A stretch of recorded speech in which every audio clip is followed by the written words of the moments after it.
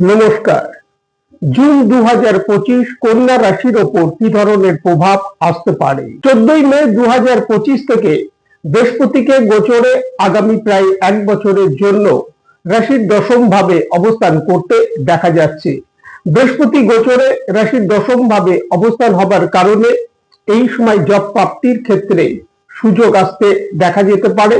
ব্যবসায়িক ক্ষেত্র থেকেও এই সময় লাভ প্রাপ্তি আসতে দেখা যাচ্ছে।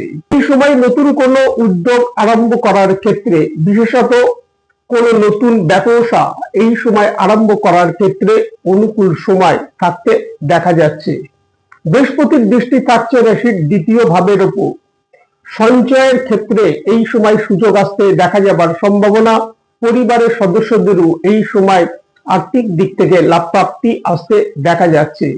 ভূমি, বাহন, প্রপার্টি ক্রয়ের ক্ষেত্রে অনুকূল যোগ তৈরি হতে দেখা যাচ্ছে। শত্রুদের সাথে এই সময় সমঝোতা হতে দেখা যেতে পারে। ঋণ আদি সংক্রান্ত সমস্যায় যারা জর্জরিত, এই সময় প্রচেষ্টা করলে থেকে মুক্তির উৎস বেরিয়ে আসতে দেখা যেতে পারে। 29 মার্চ 2025 থেকে রাশির সপ্তম ভাবে শনিদেবকে আগামী প্রায় 2.5 বছরের জন্য গোচরে অবস্থান করতে দেখা যাচ্ছে। এই সময় দাম্পত্য জীবনে কিছু কিছু ক্ষেত্রে মতপার্থক্য আসতে দেখা যাবার সম্ভাবনা। তবে ব্যবসায়িক ক্ষেত্র থেকে এই সময় লাভ প্রাপ্তি আসতে দেখা যাচ্ছে। যদিও পার্টনারশিপ বিজনেসের ক্ষেত্রে পার্টনারের সাথে মতপার্থক্য আসতে দেখা যেতে পারে, তথাপি এই সময় ব্যবসায়িক ক্ষেত্র থেকে লাভ প্রাপ্তি আসতে দেখা যাচ্ছে।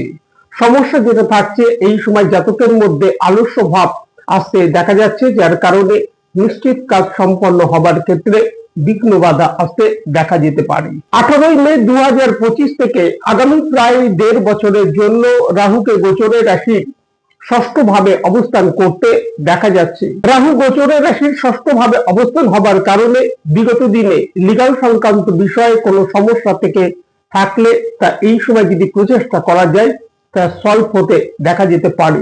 ঋণ আদি সংক্রান্ত সমস্যায় যারা জর্জরিত, এই সময় প্রচেষ্টা করলে তা থেকে মুক্তির উৎস বেরিয়ে আসতে দেখা যেতে পারে। 6 জুন মঙ্গল গোচরে রাশির দ্বাদশ ভাবে প্রবেশ করবে। কেতুর সাথে যুতি হবে, অঙ্গারক দোষ তৈরি হতে দেখা যাবে। হঠাৎ কোনো লোকসান এই সময় এই অঙ্গারক দোষের প্রভাবে আসতে দেখা যেতে পারে। এই বিষয়ে কেয়ারফুল থাকা উচিত। পায়ে চোট আঘাত না আসে এই বিষয়ে খেয়াল রাখা উচিত। সাথে সাথে এই সময়কালে অগ্নি সংক্রান্ত বিষয়ে কিছুটা সতর্কতা অবলম্বন করা উচিত। নমস্কার।